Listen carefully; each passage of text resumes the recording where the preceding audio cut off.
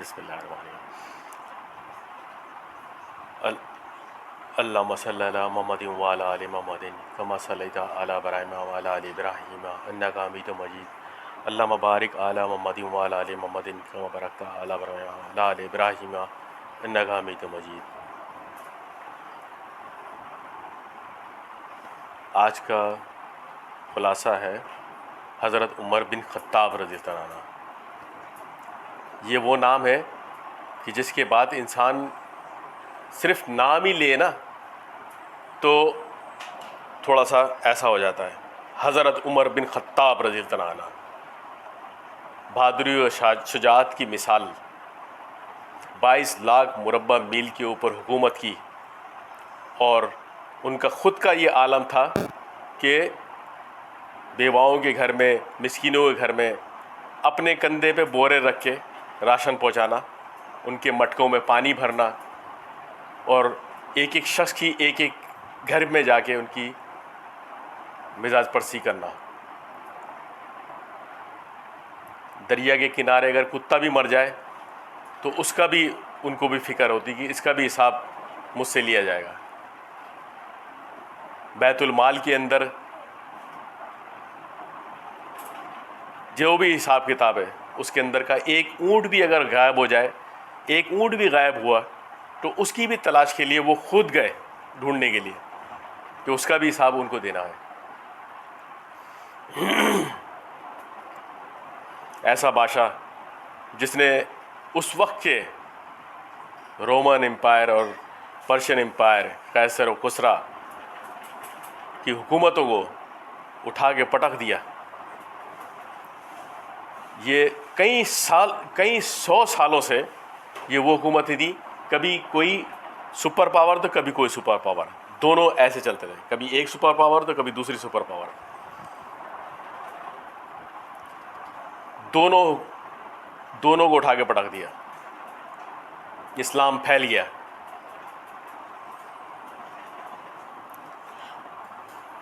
حضور صلی اللہ علیہ وسلم نے حدیث نمبر 3681 روایت ہے ترمذی سے، ابن عمر رضی اللہ عنہ سے، رسول اللہ صلی اللہ علیہ وسلم نے دعا کی، یا اللہ قوی کر اسلام کو ابو جہل اور عمر بن خطاب دونوں سے، جو پیارا ہو اس کے ساتھ، اور ان دونوں میں سے حضرت عمر رضی اللہ عنہ کو اللہ نے دین اسلام کی نعمت بخشی اور اللہ کو پیارے نکلے۔ یہ آپ صلی اللہ علیہ وسلم کی دعا ہے۔ دعا اس لیے بھی قبول ہوئی وہ آپ صلی اللہ علیہ وسلم کی کہ ظاہر سی بات ہے آپ صلی اللہ علیہ وسلم نے تو دونوں کے لیے دعا کی، لیکن ان کے دل میں حق بات کی جو ہے وہ طلب تھی، اللہ نے ان کو ہدایت نصیب کی، اور دوسرے کو جو ہے ابو جہل کو جو ہے اس کو اس سے کوئی مطلب نہیں تھا،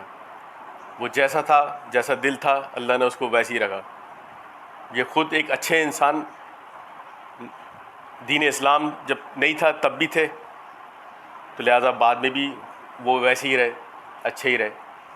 نسب ان کا جو ہے عربی، قریشی،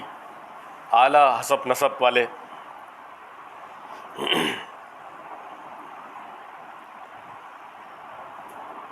ان کا عالم یہ تھا کہ ابن عمر رضی اللہ عنہ سے کہ رسول اللہ صلی اللہ علیہ وسلم فرمایا کہ اللہ نے جاری کر دیا حق کو عمر رضی اللہ عنہ کی زبان اور دل پر، اور ابن عمر رضی اللہ عنہ نے کہا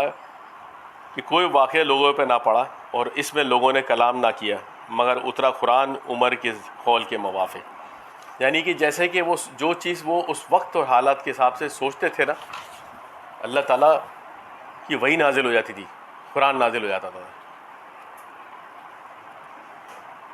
رسول اللہ صلی اللہ علیہ وسلم نے فرمایا اگر کوئی نبی ہوتا میرے بعد تو عمر رضی اللہ عنہ ہوتا۔ یہ مرتبہ ہے ان کا۔ روایت ہے انس رضی اللہ عنہ سے کہ نبی صلی اللہ علیہ وسلم نے فرمایا کہ داخل ہوا میں جنت میں عالم رویا میں، سو دیکھا میں نے ایک محل سونے کا، سو کہا یہ کس کا ہے؟ پورا محل سونے کا۔ فرشتوں نے کہا یہ ایک جوان قریش کا ہے جو کہ عربی ہے، اور ان کا نام ہے عمر رضی اللہ تعالیٰ عنہ۔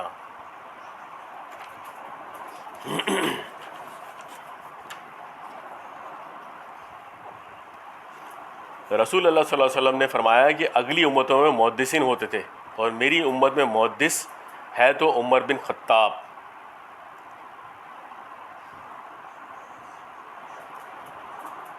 عبداللہ بن مسعود رضی اللہ عنہ سے کہ حضرت صلی اللہ علیہ وسلم نے فرمایا کہ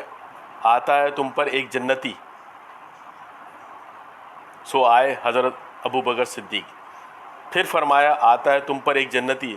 سو آئے عمر رضی اللہ تعالیٰ عنہ۔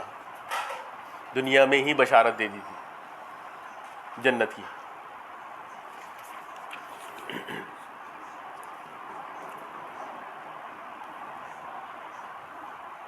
انس بن مالک رضی اللہ عنہ سے کہ رسول اللہ صلی اللہ علیہ وسلم اور ابو بکر رضی اللہ عنہ اور عمر رضی اللہ عنہ اور عثمان رضی اللہ عنہ چڑھے احد پر، تو وہ لرزنے لگا۔ فرمایا نبی صلی اللہ علیہ وسلم نے ٹھہرا رہے اے احد کے، تجھ پہ نبی اور صدیق اور 2 شہیدوں کے سوا اور کوئی نہیں ہے، اور 2 شہید فرمایا عمر و عثمان کو۔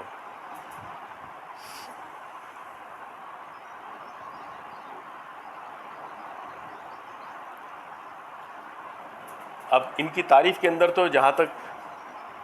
بیان کا تعلق ہے تو اس کے اندر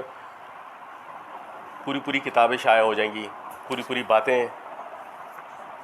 اتنے ہو جائیں گی کہ آپ اتنا لمبا دیکھ نہیں پائیں گے۔ مختصراً مستند حدیثوں کے حوالے سے ہی جو یہ بیان کیا گیا، اسی میں اتنا وزن ہے کہ انسان کو سمجھنے کے لیے کافی ہے کہ کس حد تک، اور انسان ہم یہاں پہ اور بہت ساری دنیا کے جتنے لگے ہوئے اپنے حساب سے سوچتے ہیں، اپنے حساب سے کسی کے بارے میں بھی کچھ بھی بات کر دیتے ہیں۔ انسان اپنی زبان کو تھوڑا سنبھال کے رکھنا چاہیے، اور کسی کے بارے میں کوئی ایسی بات نہیں بولنی چاہیے جن کے بارے میں عشر مبشرہ میں سے ہے، دوسرے خلیفہ ہیں، جنت کی بشارتیں ہیں نبی کریم صلی اللہ علیہ وسلم کے منہ سے، کیسی بڑی باتیں ہیں کہ وہ دنیا میں ہی ان کو جسے کہتے ہیں نا کہ سرٹیفکیٹ مل چکا جنت کا۔ اور ایسے بادشاہ جو کہ 22 لاکھ مربع میل کے اوپر ان کی حکومت ہے، اور خود پیون لگے کپڑے پہنتے تھے، کیکر کے جھاڑ کے نیچے سو جاتے تھے کہ کوئی پہچان نہ سکے، کوئی کو ان کی حالت دیکھ کے کوئی پہچان نہ، کہ یہ بادشاہ ان کی اس طریقے سے سادگی، اور وہ سادگی بھی کیوں نہ ہو، ظاہر سی بات ہے وہ جن کے دوست تھے حضور صلی اللہ علیہ وسلم، نبی کریم صلی اللہ علیہ وسلم، نبیوں کے سردار، کیا نہیں آپ کو اللہ نے دیا، آپ کے حکم سے اگر آپ ان کو ایک حکم کرتے تو احد کا پہاڑ سونے کا بنا دیا جاتا، لیکن آپ نے فقرا اور مسکینی اور غربت کو، ان سب چیزوں کو پسند کیا کہ یہ چیز زیادہ صحیح ہے۔ اور خود نبی کریم صلی اللہ علیہ وسلم خود اس طریقے سے سادہ طریقے سے رہتے تھے کہ جسم کے اوپر چٹائیوں کے نشان تک پڑے ہوتے تھے۔ ظاہر سی بات ہے ان کی صحبت میں رہے تھے وہ ویسے بادشاہ، تو انہوں نے بھی پھر انہی کو تو فالو کرنا تھا نا، تو لہٰذا تعجب خیز بات نہیں تھی۔ ظاہر سی بات ہے جن کے وہ رفیق تھے تو وہ انہی کو فالو کر رہے تھے وہ۔ شکریہ۔